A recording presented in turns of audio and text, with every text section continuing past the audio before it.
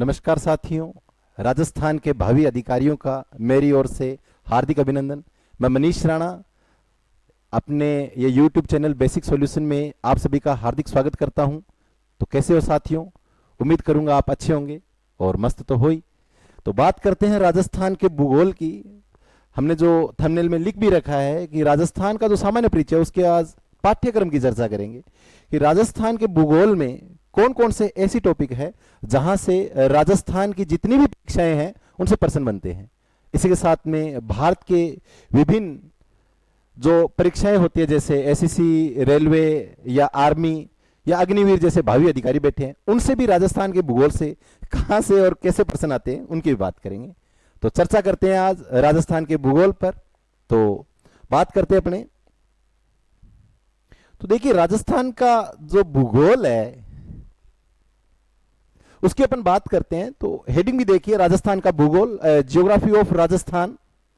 इसमें अगर बात करें तो हमने दे भी रखा है कि राजस्थान की जितनी भी परीक्षाएं हैं उन सबका पाठ्यक्रम जो है, जैसे कि राजस्थान का जो पाठ्यक्रम अगर चर्चा करें, सब इंस्पेक्टर लिख भी रखा है, सब इंस्पेक्टर, सीईटी, रीट, पटवार, ग्राम सेवक, और सीईटी भी जो सीनियर बेस पे जो है, और अगर बात करें ग्रेजुएशन बेस पे है, उन दोनों में जो आने वाली राजस्थान के भूगोल से जो पर्सन है वो यहीं से ही टपकेंगे, इसी क्लास से, वो मैं ये वादा करता हूं। इसी के साथ में राजस्थान के जो कांस्टेबल है और महिला सुपरवाइजर है, यहां तक कि प्रयोगशाला, और सबसे बड़ा जो राजस्थान का बड़ा पद है उसका नाम है आरएएस। तो आरएएस में भी जो क्वेश्चन आएंगे वो अपने राजस्थान की भूगोल इसी से ही प्रश्न आएंगे। आपको तो पाठ्यक्रम की बात कर रहे हैं और कल से निरंतर राजस्थान के भूगोल की क्लास रहेगी। उस क्लास में राजस्थान की जितनी भी बातें हैं वो अपन बात करेंगे, पर उससे पहले कौन कौन से टॉपिक है जहां से प्रश्न आते हैं उसकी बात करेंगे। हमारा जो पाठ्यक्रम बना हुआ है वो यहां पे लिखा हुआ है, वो लिखा हुआ है कि 50 जिले, तो सॉरी ये मिस्टेक हो गई, ये 50 नहीं है, अपने राजस्थान के जो 41 जिले और यहां पे 10 संभाग दे रखे हैं। वो 10 संभाग भी बिल्कुल सही बात है। अशोक जी, हमारे गहलोत जी, श्रीमान माननीय मुख्यमंत्री जी जो है उन्होंने घोषणा कर दी थी। कोई बड़ी बात नहीं है भाई, जादूगरी है राजस्थान के, वैसे वो घोषणा उन्होंने कर दी, स्वीकार हमें करना पड़ा, कोई बड़ी बात नहीं है। परंतु अभी 50 जिले नहीं है वर्तमान में। वर्तमान का जो परिदृश्य देखते हुए राजस्थान के जितने भी जिले बचे हैं उन पर बात करेंगे, और इसी के साथ में 10 संभाग नहीं है, 7 संभाग ही बचे हैं। 3 संभाग जो बनाए गए थे, सीकर, पाली और बांसवाड़ा, इन तीनों को क्या कर दिया गया? रद्द कर दिया गया। ये आपको भी पता है और मुझे भी पता है, परंतु फिर भी अपन चर्चा करेंगे। अपने देखिए, इसमें जो मुख्य टॉपिक है उसका नाम है भौगोलिक स्थिति। जो अपने विस्तार जो है उसमें स्थिति देखेंगे। अपने स्थिति में कौन कौन से हैं वो देखते हैं। इसमें दे भी रखा है राजस्थान का सामान्य परिचय, स्थिति एवं विस्तार। सामान्य परिचय का मतलब है राजस्थान के, जिस तरह से राजस्थान में कितने जिले हैं, कौन कौन से जिले हैं, राजस्थान का निर्माण कैसे हुआ, राजस्थान के निर्माण के लिए कौन कौन सा मुख्य पहलू अपनाए गए, इसी के साथ में राजस्थान जो है, राजस्थान का निर्माण किस तरह से हुआ और उत्पत्ति किस तरह से हुई, वो अपन बात करेंगे। स्थिति एवं विस्तार का मतलब है राजस्थान का अक्षांश और देशांतर किस तरह से, कहां से निकला। आपको ध्यान रखना है कि अपन बात करें जैसे नामकरण की, इसमें टॉपिक भी दे रखा है, देखिए नामकरण, कि राजस्थान का नामकरण, उसका निर्माण कैसे हुआ। तो राजस्थान का नामकरण की अगर बात करें तो विभिन्न जगह से अलग अलग नाम मिलते हैं, अपन उसकी बात करेंगे, कोई दिक्कत नहीं है। इसके बाद में अगला नाम मिलता है स्थिति एवं विस्तार, कि राजस्थान की स्थिति जो है वो किस तरह से है और कहां पर है, वो अपन अक्षांश देशांतर में भी रूप से पढ़ेंगे। बात करते हैं सीमाओं की। तो राजस्थान जो है, राजस्थान की सीमा किसके साथ लगती है वो अपन देखेंगे, जैसे किस देश के साथ लगती है या किन राज्यों के साथ लगती है वो अपन पढ़ेंगे। तो अपन किस में देखेंगे? सीमाओं में देखेंगे। नवीन प्रशासनिक ढांचा जो है उसकी बात करेंगे। तो यहां पर 50 जिले लिख रखे हैं, अपन 50 जिले 10 संभाग को नहीं देखेंगे। अपन जो वर्तमान परिदृश्य 41 जिलों का है और 7 संभाग का है, अपन उसको ही देखेंगे कि किस तरह से इनका निर्माण हुआ। अपन बात करेंगे राजस्थान के जो 41 जिले हैं उनकी आकृति कैसी, उनके उपनाम क्या क्या है। जैसे अगर बात करूं मैं बीकानेर की, तो बीकानेर का जांगल प्रदेश, हनुमानगढ़ का भटनेर, गंगानगर का योदैया, रामनगर, इसी के साथ में अपने बात करें जयपुर की विराटनगर, और राजस्थान के बेखूबी रूप से खूब सारे जिले हैं। जैसे अगर बात करूं धौलपुर को कोट कहते हैं, चित्तौड़गढ़ को मध्यमिका, ऐसे अपन नाम देखेंगे, सारी कोई बात नहीं है। आगे बात करें अपने, तो ये तो थे अपने जिले। जिलों पहले अपन बात की वो थी सीमाएं, उससे पहले अगर बात करी स्थिति और विस्तार की, और उससे पहले उत्पत्ति की या निर्माण की या राजस्थान का नामकरण कैसे हुआ वो बात की थी।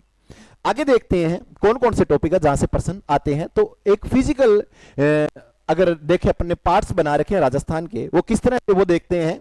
तो देखिए राजस्थान का जो भौतिक प्रदेश के अनुसार विभाजन हुआ है, एग्जाम में निश्चित ही 2 प्रश्न आते हैं, ये आपको पता है और सबको पता है, परंतु होता क्या है अब तो ये लगता है कि सर कहां से प्रश्न आते हैं। तो इसीलिए आपको इन क्लास से जुड़ना है ताकि आपको यह पता चले कहां से प्रश्न आते हैं। तो देखते हैं अपने कहां कहां से प्रश्न बनते हैं। तो पश्चिमी रेतीला प्रदेश या मैदानी प्रदेश जो रेतीला है, अरे साहब राजस्थान में तो धूल खूब सारी है, और अगर आपका सिलेक्शन नहीं हुआ तो मैं पक्को क्यों था ना, थार पड़ोसी तो पक्को था सिर में धूड़े गाली देवेगो, तो ध्यान रखे थे। तो इधर देखना आपको कि रेतीला जो मैदान है इसकी अगर बात करें तो इसमें शुष्क प्रदेश है, रेत से भरा हुआ प्रदेश, जिसमें रेत को कहते हैं धोरे, यहाँ पे टिब्बे कहते हैं, और अगर बात करूं मैं कि टीले हैं, यहाँ पे अपन बात करें और भी देखिए बालू का स्तूप जो है, मरुस्थल मार्ग जो है, ऐसे खूब सारे नाम मिलेंगे। अब हर एक शब्द का एनालाइज अच्छे से करेंगे ताकि आपको समस्या बिल्कुल भी ना आए। इसके बाद में देखेंगे अपने भौतिक प्रदेश में नंबर 1 तो मिल गया रेतीला प्रदेश, दूसरा मिलता है अरावली, जिसे खनिजों का राजस्थान में अजायब घर भी कहते हैं। राजस्थान में कहते हैं खनिजों का उत्पादन जो होता है वो अरावली से होता है। अपन अरावली को कुछ भागों में बांटकर पढ़ेंगे, जैसे अगर बात करें दक्षिणी अरावली, मध्य की अरावली और उत्तरी अरावली, इसको अपन देखेंगे आराम से, कोई दिक्कत नहीं है। अरावली में कितने जिले हैं, अरावली में जनसंख्या कितनी है, अरावली में उत्पादन किसका होता है, अरावली में खनिज किसका अधिक होता है, अरावली में कौन सी जनसंख्या सर्वाधिक है, अरावली में इनकम या अगर बात करें पर्यटन जो है वो किसको देखकर ज्यादा आएंगे, उसकी बात भी करेंगे अपने। इसके बाद में बात करते हैं पूर्वी मैदानी भाग, ऐसा भाग जहां से नदियों का निर्माण होता है वो मैदानी प्रदेश कहलाता है। मैदान जो होता है उसका निर्माण वास्तव में नदियों द्वारा ही होता है, उसमें कोई डाउट नहीं है। तो अपन देखेंगे कौन कौन सी नदियां हैं, जैसे राजस्थान में विशेष जो है बनास नदी है, इसको आपको पता भी है। दूसरा अगर बात करें बनास के बाद में चंबल नदी है।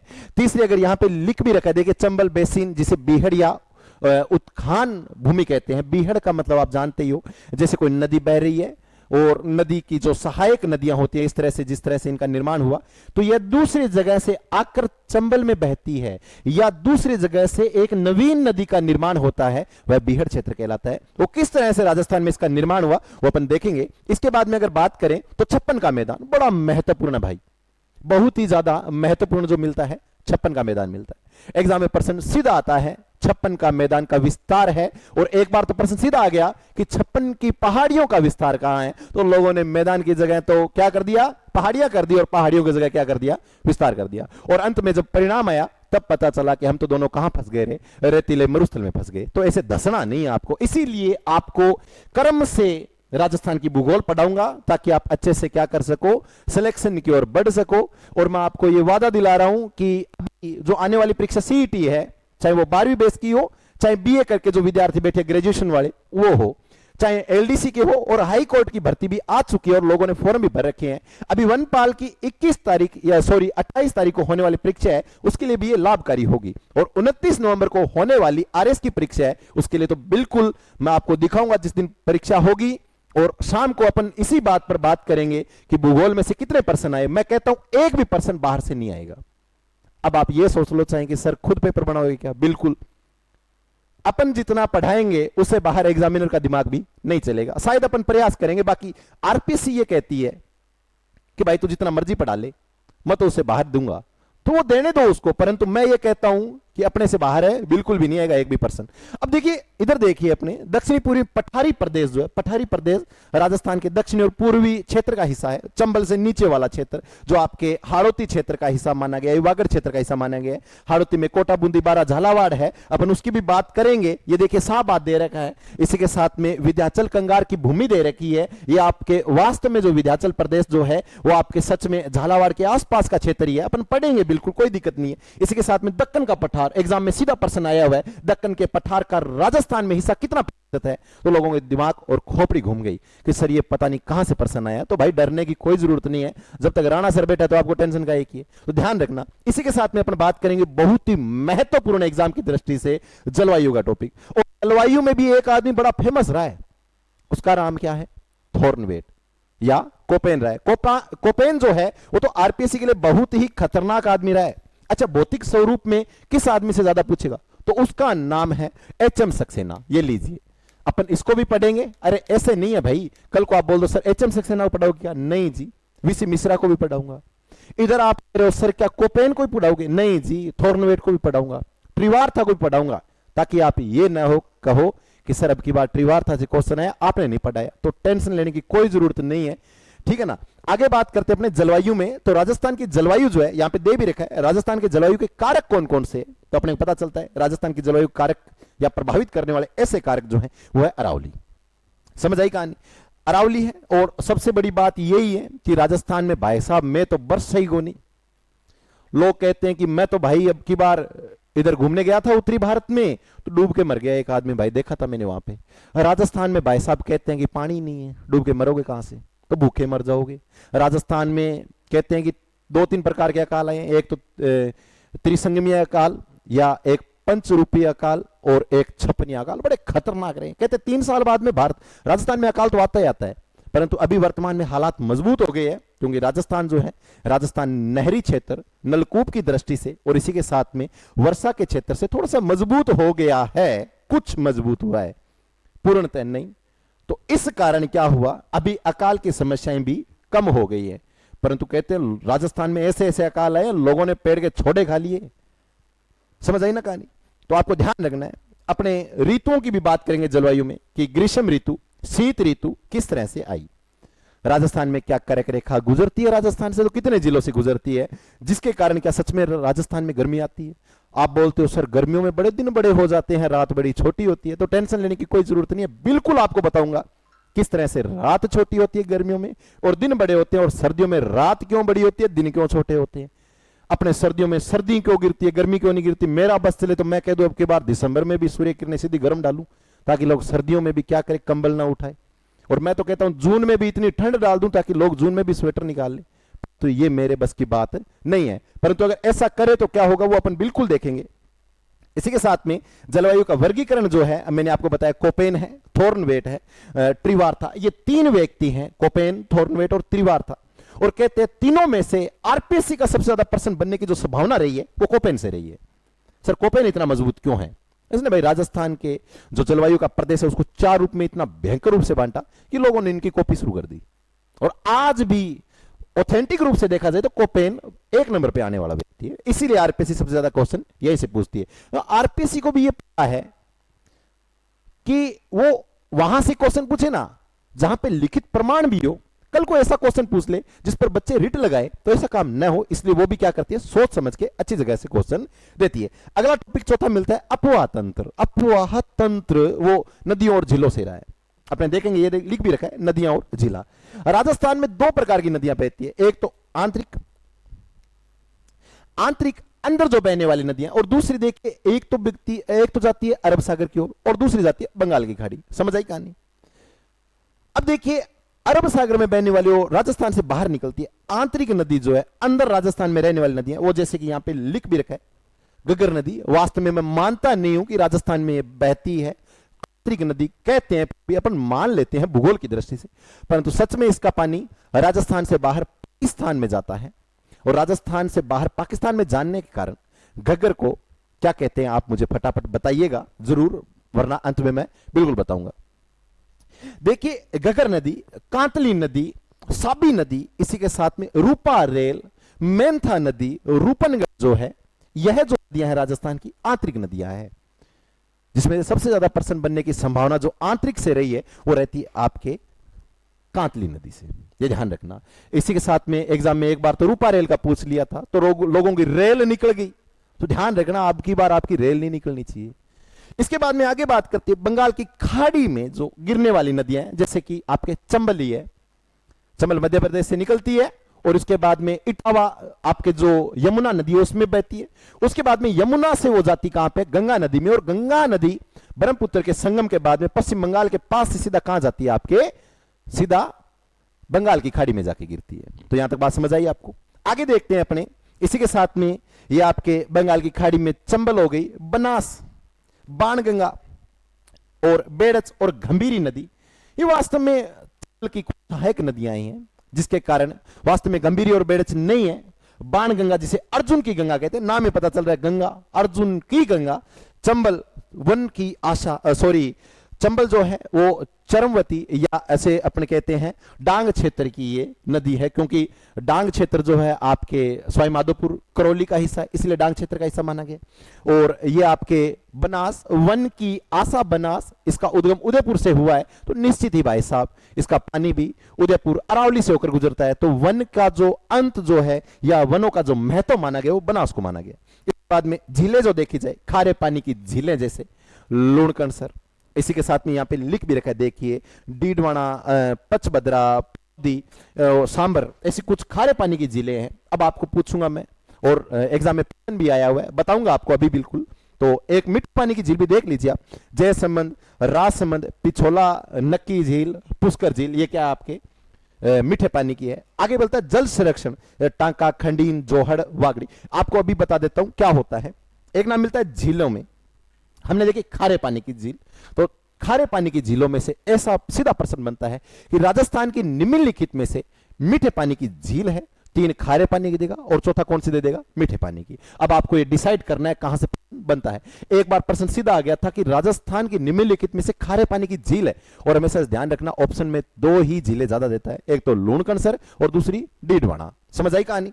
अब बिल्कुल अपने ट्रिक से भी पढ़ेंगे ताकि आपको ट्रिक भी याद हो, इसी के साथ में आपको झीलों के नाम भी याद हो। ये जो जल संरक्षण विधियां जो होती है कि जल का बहाव जो होता है इसको रोक कर एक जगह इकट्ठा करके, या जल की सुरक्षा के लिए, या जल का उपयोग सदुपयोग के लिए, या जल को अच्छी तरह से एकीकृत करके अपने जल का प्रयोग करें, तो वो जल संरक्षण विधियां ही होती हैं, जिसे अलग अलग प्रदेश में, अलग अलग क्षेत्र में, अलग अलग स्थान में अलग अलग नाम से जाना जाता है। कहानी समझ आई यहां तक। इसके बाद में आगे देखते हैं। आगे देखिए मृदा। देखिए प्राकृतिक जो वनस्पति होती है इससे मृदा का बिल्कुल निर्माण होता है, और मृदा क्षेत्र के अनुसार मृदा का विभाजन होता है। अलग अलग क्षेत्र में मृदा के अलग अलग नाम जाने गए, क्योंकि उसकी आकृति या उसका रंग देखकर उसका नाम रखा गया। जैसे पीले रंग की मिट्टी है तो पीली मृदा, लाल रंग की मिट्टी है तो लाल मृदा, और अगर काले रंग की है तो काली मृदा। ऐसा कुछ राजस्थान में सुनने को मिलता है, और राजस्थान में नहीं, संपूर्ण भारतवर्ष में ही इसी तरह से मृदा के रूप रंग को देखकर ही मृदा का नाम निश्चित होता है। यहां तक बात समझ आ गई। इसी के साथ में अपन देखेंगे वन संपदा। अभी वनपाल का एग्जाम होने वाला है, और वनपाल में वन संपदा या वन नीति से निश्चित ही एक प्रश्न आएगा। ध्यान रखना, एक के 2 आ जाए तो वो कहनी नहीं है, पर एक क्वेश्चन आएगा भाई। वो कहां से आएगा, आप भूगोल की क्लास निरंतर लगाओगे तब आपको पता चलेगा भाई। समझ आई कहानी। इसी के साथ में वन्य जीव अभयारण्य जो है, जैसे रणथंबोर, सरिस्का, इसी के साथ में सीताबाड़ी अभयारण्य, ऐसे खूब सारे अभयारण्य हैं, ताकि आपको पता चले कि राष्ट्रीय उद्यान कौन से हैं और इसी के साथ में वन्य जीव अभयारण्य कौन से हैं। नवीन टाइगर रिजर्व वो भी अपन देखेंगे, ताकि आपको सारी समझ आ जाए। और एग्जाम की दृष्टि से भारत की कोई भी परीक्षा हो उसमें निश्चित ही एक क्वेश्चन आएगा, उसका नाम है रामसर साइट। ये लीजिए, कौन सी साइट है, रामसर साइट्स। अपन देखेंगे इनको बिल्कुल, ताकि आपको यह बात समझ आ जाए।